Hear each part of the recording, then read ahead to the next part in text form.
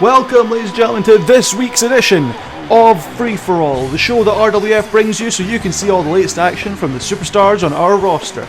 We're starting this week with a main event caliber matchup of John Morrison and Jeff Hardy. I'm joined as always by twitch.tv/Totana, sporting a slightly different look this week, Tony. Indeed, I thought it was time for a change. I thought, what a better change to make than to have a mustache for November. Absolutely an excellent decision. While you are caring for your fellow man, these two have no love lost. Jeff Hardy, John Morrison, a couple of contests in the past, but tonight it comes to a head because Jeff Hardy believes that John Morrison is in some way connected to your client Dexter Lumis, Totana. I don't know what could possibly lead Jeff to think that. However, we'll see how the match pans out. We'll see if Jeff gets what he wants from it. But yeah, I'm just interested in seeing these two compete. Jeff Hardy immediately throws his opponent to the outside the ring, but Morrison back in before a count of two even. Definitely wanting to get back into this match. Almost slighted that Hardy thinks he'll be connected to someone as reprehensible as Dexter Lumis.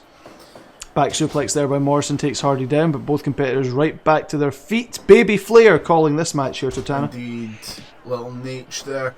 Back to what you were saying about, my client being reprehensible. Not my words, apologies, the words in the media. The words in the media. I think Dexter Lumis is he's given an unfair rap. He came into the business, he's trying to make a statement, which he did. And there's plenty of others that have made similar statements in the past in other wrestling promotions, but just because Dexter Lumis looks how he does, he looks like he could be a serial killer, everyone assumes the worst. Well, I don't know who in the production decided to put serial killer ?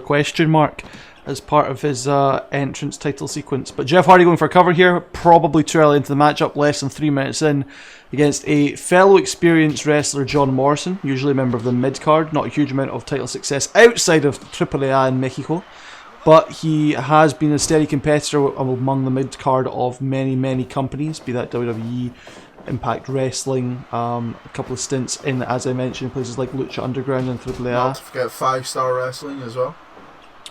5-Star Wrestling as well, and a contestant on Survivor. Indeed. So he knows what it takes to survive, not in the wrestling business, but also I was about to say a haunted island, Totana. Not what that show is about at all. An empty island. What? An abandoned island? Thank you. There we go. But back to what you mentioned, obviously John Morrison having large success in Mexico with AAA. Jeff Hardy prides himself on his risk-taking, his high-flying style. Be interesting to see how someone who has been predominantly a mainstay of the American scene go up against someone who, has made his bread in Mexico, training with, the best of the lucha variety. John Morrison, a gymnast at heart and parkour expert, uses both of those to his advantage inside the ring. Keeps his fitness levels high, but also allows him to evade high-flying maneuvers from people like Hardy. Arguably, Morrison's best matchup will be against a fellow fast man, as opposed to lumbering giants who might be able to get him with stronger strikes. Indeed. Morrison with a drop-down DDT there on Hardy. Indeed.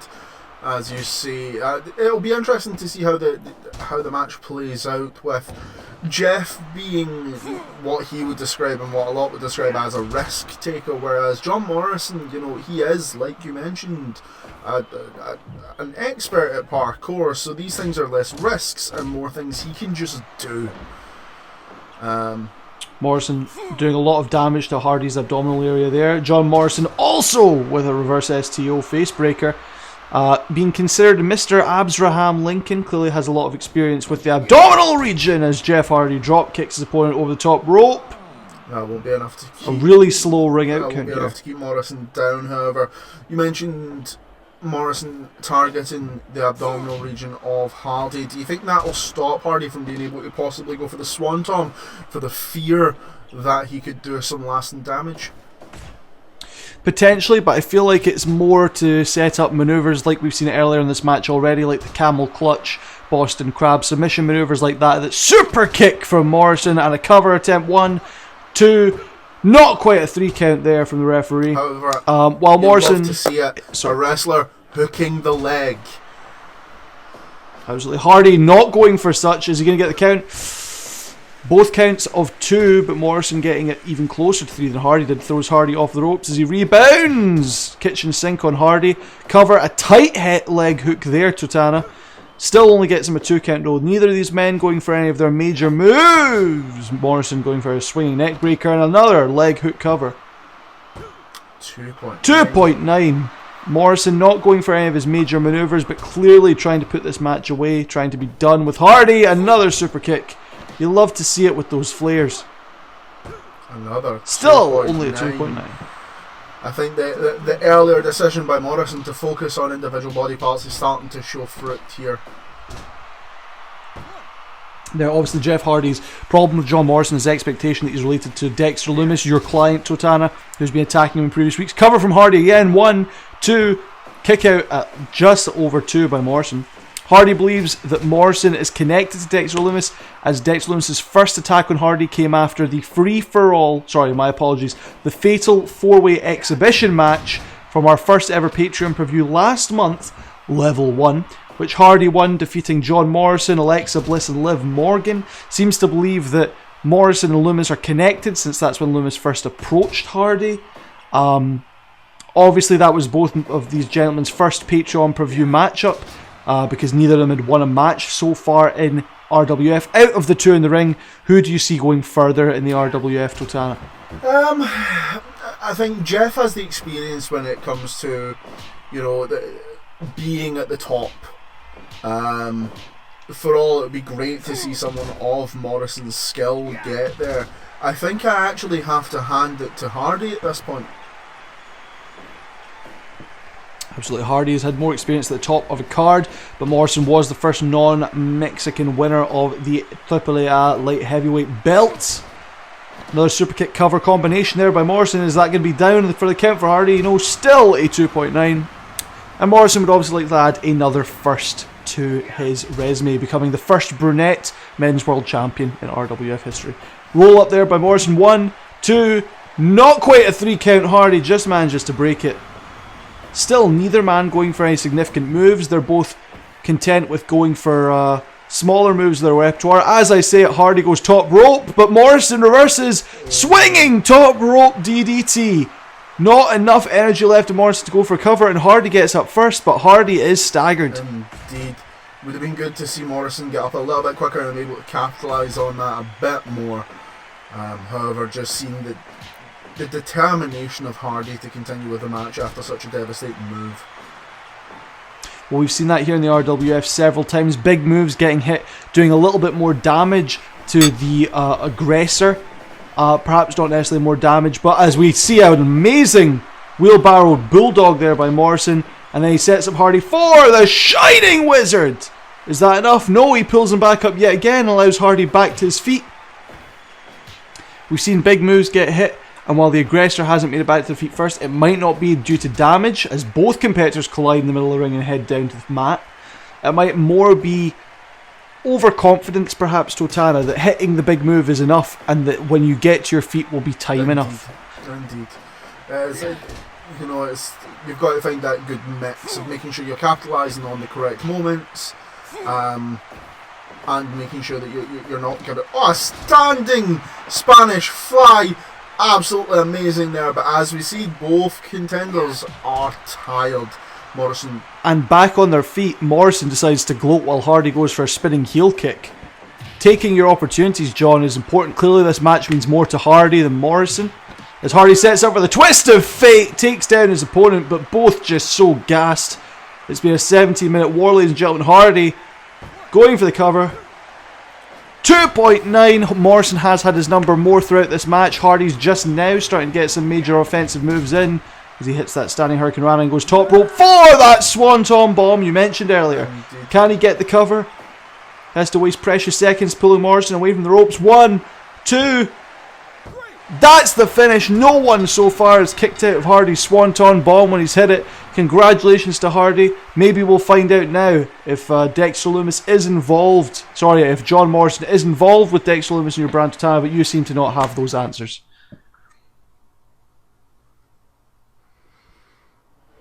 Wait a minute.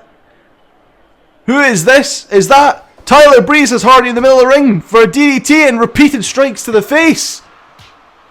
What is going on, ladies and gentlemen? We've got Tyler Breeze, Fandango in the middle of the ring, taking Hardy to task. Some major power moves left, right and centre here from the two brand newcomers to the RWF. Totana, what is going on? I don't know, I'm as shocked as you. I don't believe you. I don't believe you. I think there's more to this story than meets the eye, and we'll hear about it. Perhaps not now, but in the coming week. Perhaps whenever you feel like it. Perhaps when these two men want to let it be known. As I previously said, I am nothing more than a mouthpiece and, you know, a manager for Dexter Lumis, and what he does is up to him. With regards to these two, was it the fashion police you called them? I have no idea what you're talking about. Well, we'll get the answers in the meantime. In the moment, ladies and gentlemen, while I grill Totana here, please enjoy this short commercial break. El diablo es un truco de la monte. El amor es un truco del corazón. Amigos, mío soy el diablo del amor. Welcome back, ladies and gentlemen. We have our second match of the evening, women's division action, as we see Mickie James heading out to the ring. She will be taking on former TNA rival Gail Kim. I think in this matchup, you know, both very experienced women. However, I think just Gail Kim a lot more consistent throughout her career. So you would expect Gail Kim to take the win in this. We've seen Gail Kim exercise her finishing maneuver, eat defeat on several occasions here in the RWF, getting to the semi-finals of our inaugural women's title tournament, losing out, however, to Bull Nakano, who herself lost to Awesome Kong. Gail Kim clearly wants to rise back up the ranks here in the RWF and meet her former foe for that belt sometime in the hopefully near future. Perhaps our next Patreon preview event. Both competitors locking up. Gail Kim thrown into the corner by Mickie James, but too early to go on the offensive from James as both start to stagger around the ring. Once more, strong elbow strike from Gail Kim straight to the forehead of her opponent. Snap bear takedown right in the middle of the ring. Definitely, both women here will be looking to take advantage of the other's weaknesses. Maybe Mickie James could have possibly, you know, took advantage of having an opponent down there, but instead decides to showboat a little, and I think that could end up being her downfall if she continues that on. Heard it said by members of the Hooked on Wrestling podcast that Miss Gail Kim might be the best female wrestler of all time. Not necessarily the biggest name, but technical skill wise the best of all time. I think a second caveat to that might have to be in North America. I think counter arguments could be made that members of the 90s Japanese wrestling scene could outweigh her in terms of pure wrestling skill and talent. But Totana, do you think she at least warrants conversation in Definitely, that regard? I think Gail Kim's got to be in the conversation. I think there are other wrestlers, including now, who have to be in the conversation as well.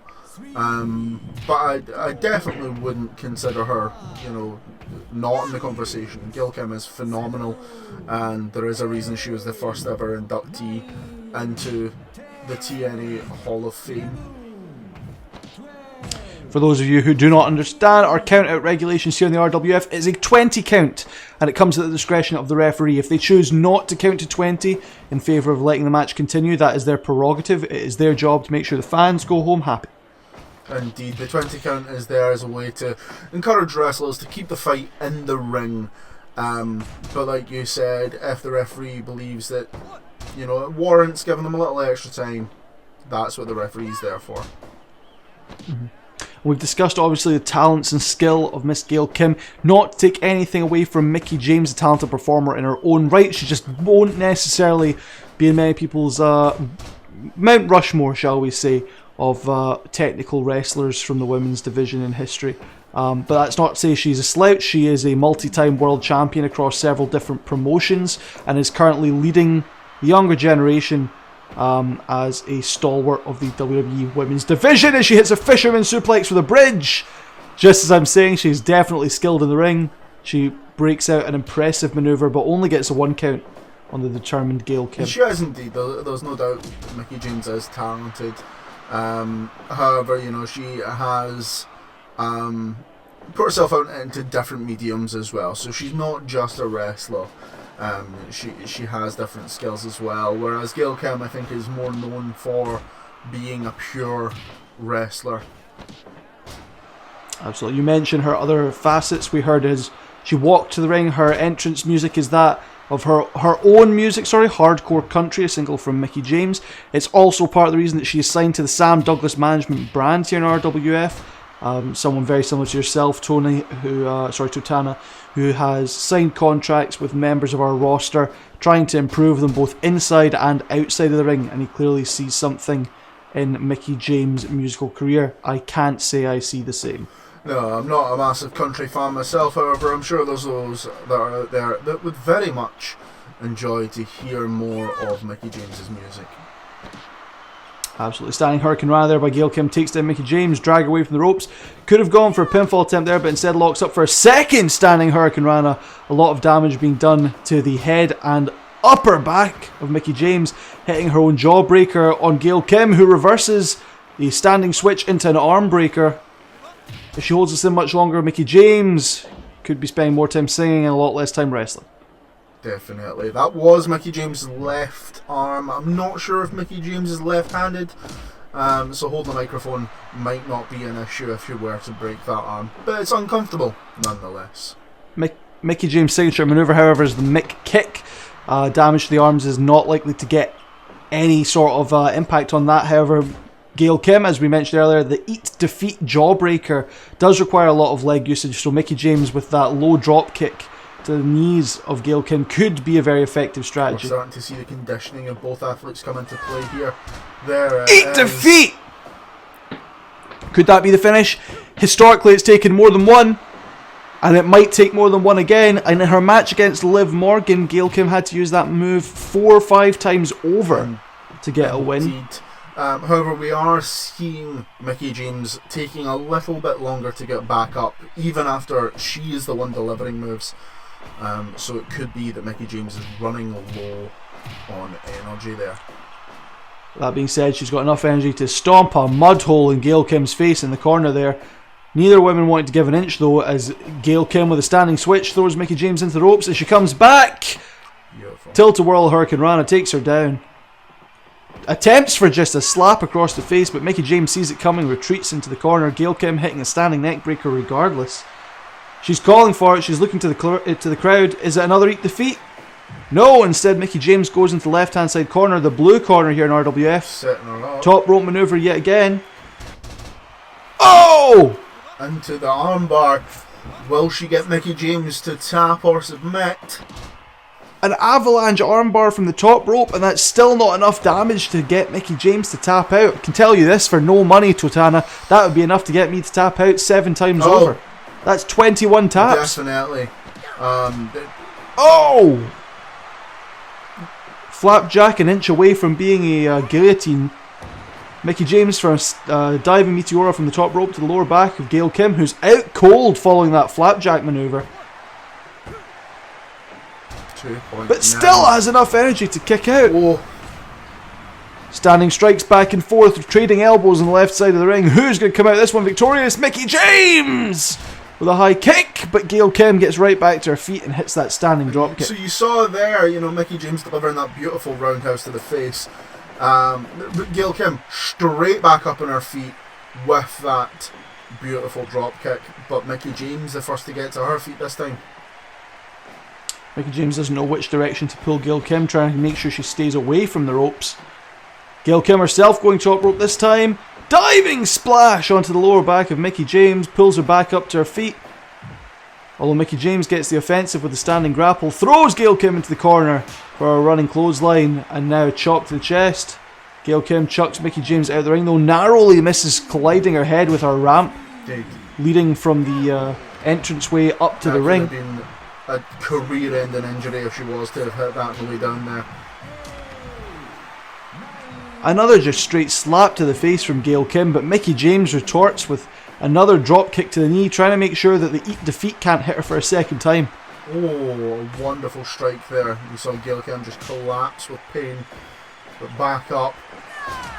There it is. Defeat, not enough damage done, but Mickie James and Gail Kim are still down. Can Kim get back to her feet and get the pinfall? And yet again, for the second time tonight, we see the offensive wrestler not be able to get to their feet, as James hits a diving meteora from the top rope to the outside, and then a low drop kick to a seated Gail Kim. It's all going Mickie James' way now on the outside. Definitely could be a turning point for Mickie James there. Some great offense. However, I need defeat on the outside. We're approaching 20 count here. There's 4 seconds left. Mickie James just makes it back in. The two competitors lock up, snapmare takedown by James and a taunt. She's clearly making the big bucks for Sam Douglas now. And just like that, Gail Kim turns it around with a well-placed kick to the forehead. This has been what JR would call a slobber knocker. Both women putting out some amazing offense here. I'm not ashamed to say it, might be becoming a bit of a Mickie James fan here. Mickie James definitely showing she's got it, but Gail Kim goes for a kick, takes down Mickie James into an ankle lock and gets the tap immediately. Fantastic. It goes to show, Tony, we discussed it earlier, Gail Kim considered by some to be potentially the most dominant wrestler when it comes to actual wrestling skill in the ring, and she highlights it there. An impressive victory, not using the defeat to get a pinfall, but instead tricking Mickie James with that mid-level kick, turning it into an ankle lock on the floor, causing her to tap. Multiple different ways to get a win here in the RWF puts you in good stead to challenge for any of the top titles. Clearly what Gail Kim is looking to do against her former rival Oscar. Definitely, and it's something terrifying to go up against when you have an opponent who, you know, it's one thing if you're constantly looking and scouting an opponent and you know their finisher, you know their go-to moves, but when you have someone with the technical ability of Gail Kim, that finish can come from anywhere. Like you said, a fake out with a mid kick, turn into a roll, into the ankle lock. You're not going to see it coming. I'm sure we'll have something to hear from Sam Douglas and Sam Douglas management with regards to this match. That's coming up next. In the middle level, they are going out towards the concession area. They're in the men's room. Well, I'll tell you what, that's some plunder in there. Holy moly, watch out. They better warn who's ever in there to get out. Can you imagine this? Oh yeah, there's some boys taking some relief in there. I guarantee you better watch out. The story open up. Welcome back, ladies and gentlemen. You join us here for the main event of the evening and our debuting tag team, Fire and Ice. That's Ice Train on the left, Flash Scott Norton on the right. I'm loving the funkiness they're coming out to.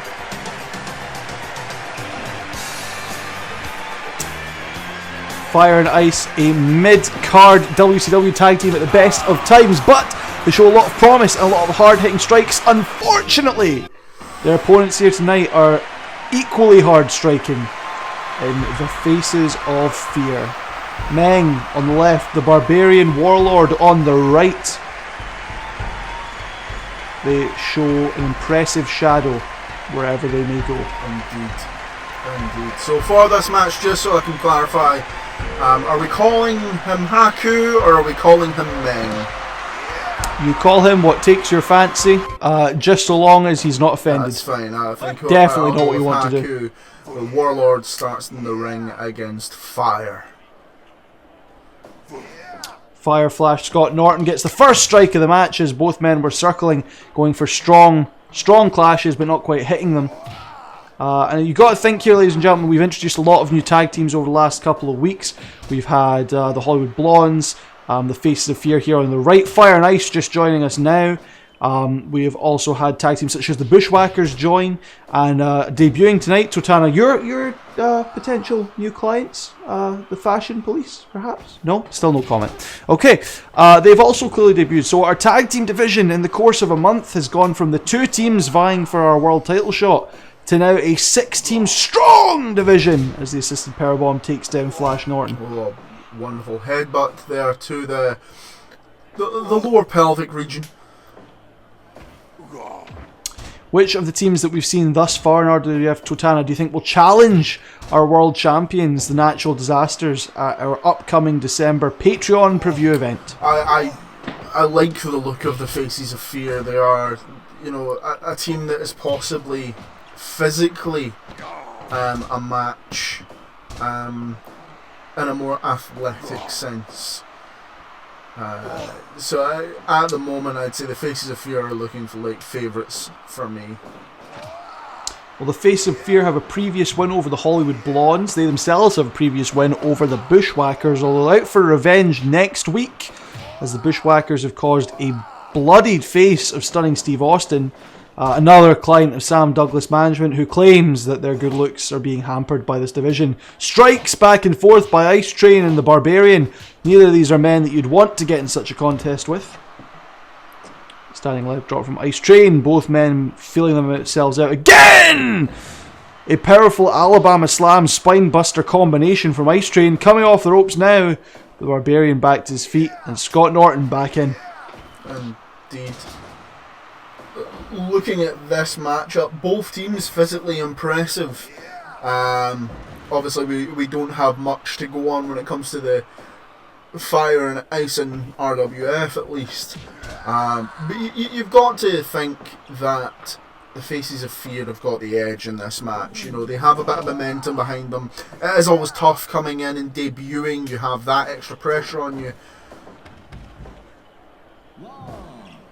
Absolutely. Face of Fear, out of the 2 teams, have the most experience. Both of them grabbing steel chairs now. Again, for a ruling here in the RWF, it is a 5 count when holding an illegal item, but the use of it is again down to the discretion of the referee. If they choose to let the match go on after an illegal weapon has been used, it's just for the benefit of you, the fans at home, and the fans in the arena. Pinfall attempt by Ice Train. Kick out at even less than 1 from Haku. Indeed, it's also, if you think about it, with the fact that, especially in title matches, the use of a weapon would normally give a disqualification, that can sometimes be in the champion's favour. They may actually just want out of the match, and a disqualification's an easy way out. If the referee thinks that's the reason behind them using the weapon, they may just decide no. You must continue to fight. Continue this match. And normally you'll find in situations like that, the referee may actually even err slightly on the side of the challenger and allow them some, retribution, if you will, to even the tables. The referees here, crunching big boot from the Barbarian. The referees here in RWF are fantastic, and they know their role. And their candy asses. Scott Norton going for a big clothesline there, but just misses out. Face of Fear back to their own corner. Face of Fear just can't get on the same page after that assisted powerbomb. It's been 3 back-to-back reversals for members of Fire and Ice when it comes to double team maneuvers. Scott Norton with an elbow to the mid-spine of Haku, followed by a leg drop. Haku back to his own feet, however, and that is a powerful standing suplex. Very beautiful, very powerful. That standing suplex there. I think the Faces of Fear have to take a page out of Fire and Ice's book here and isolate one of their opponents and start swapping out and get those double team maneuvers. Scott Norton grabbed there by Haku, but Ice Train there to break it up. Not there to break up the headbutt though. Does however take Haku back to his own corner, working him over inside corner. Elbow strikes to the face. I mentioned it earlier, ladies and gentlemen. Fire and Ice had a little bit of success in the tag team division in WCW. An amazing strike there from Ice Train, but it is the Face of Fear with more experience in title matches, such as challenging for the WCW tag titles at R-CADE 1996, for example. They've been in matches with big consequences. They want to get there again. They want to make it to the top of the RWF and challenge for those RWF tag titles. It's not to say that Fire and Ice aren't in the same boat, it's just to say that climb might be a little bit harder for them, Miley Cyrus. Wonderful double team maneuver there. Can Warlord capitalise on it though? He took his time getting to his feet, enough time that Ice Train was able to avoid the running move off the ropes. Take out Scott Norton, who's just been tagged in with a clothesline. Ice Train himself going for a manoeuvre and mistiming it. Fire and Ice seem to be on the back foot now ever since the Faces of Fear managed to find their tag team manoeuvrability again. That being said, Scott Norton with a crunching lariat following up with a standing switch on Warlord. It's back and forth here in the middle of the ring. Warlord taunting Scott Norton, coming off the ropes. Big boot takes down Flashman. I would not want to be on the receiving end of that big boot. Came at him with a lot of pace as well. And it was an inverted atomic drop there. There's a lot of debate, Totana, in the wrestling community about what is an inverted atomic drop and what is an atomic drop. Yeah, so we had the conversation the other day, and I believe we settled on the fact that the inverted is when you're facing your opponent, didn't we? Yes, the regular atomic drop doing damage to the lower tailbone. The inverted, well, we'll just say that the Barbarian's been targeting that area a lot tonight. Indeed. I believe we used the phrase the crotchular region. Some chops being exchanged there. Again, two big beefy men you won't want to get in the middle of if they're going toe to toe. And a chop takes down Ice Train, who's now getting choked out on the floor by Haku. Referee was right there to tell him to break it up before the count of 5. Again, that's referee's discretion, but generally if it had reached a 5 count, that would be the end of the match. Gorilla press into a power slam from Ice Train, only gets a 2 count. Regardless, Barbarian was there to break it up if it went too far. A mandible claw. Not a staple of Haku's moveset, but definitely worthwhile using. Scott Norton with a running shoulder breaker on Barbarian as both came up to break or save the count. Repeated punches from Ice Train to Haku takes him down onto the awkward edges of that steel chair.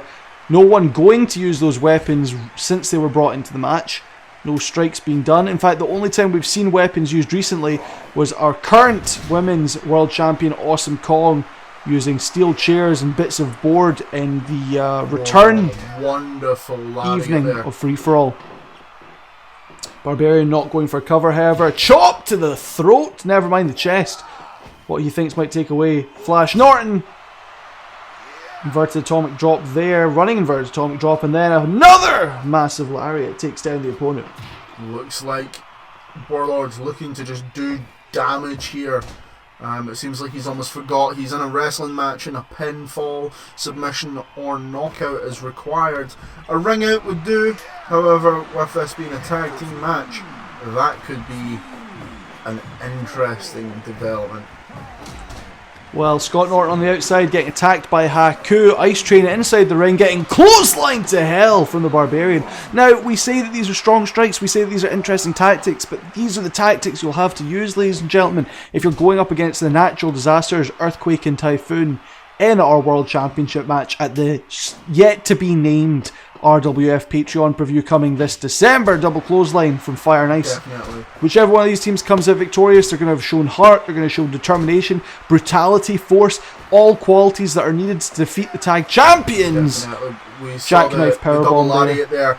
Shades of Killer B and the R-CADE from Naruto.